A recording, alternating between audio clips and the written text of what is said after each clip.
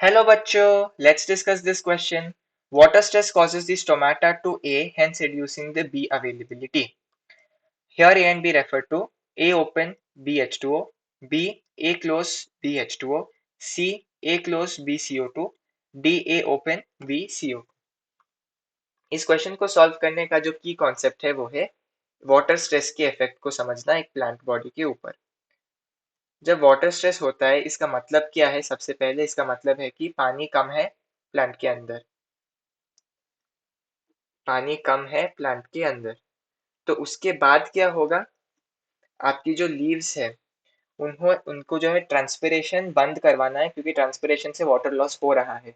उसको प्लांट को अपने बॉडी के अंदर पानी को कंजर्व करवाना है। तो लीव्स पहले विल्ट होंगी, मतलब वो ऐसे नीचे की ओर झुकने लगेंगे, गिरेंगे नहीं, झुकने लगेंगे सिर्फ। और फिर आपका जो स्टोमाटा है वो बंद होने लगेगा, ताकि ट्रांसपिरेशन की रेट को कम किया जा सके। और वो जो लीफ है उनकी सरफेस एरिया को डिक्रीज किया जाएगा विल्टिंग के कारण। Decrease in surface area. तो ये स्टोमाटा जो क्लोज हुआ उसका और एक जो डायरेक्ट कॉन्सिक्वेंस है वो क्या हुआ?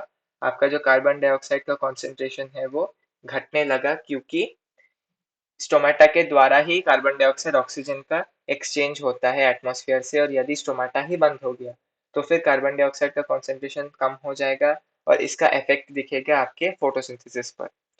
तो हमारा जो ए ब्लैंक है, स्टोमाटा क्या होता है? ए क्लोज, और किस चीज की अवेलेबिलिटी को घटाता है? B CO2। तो हमें ढूंढना है ए क्लोज बी CO2। चलिए हम वापस ऑप्शंस देख लेते हैं।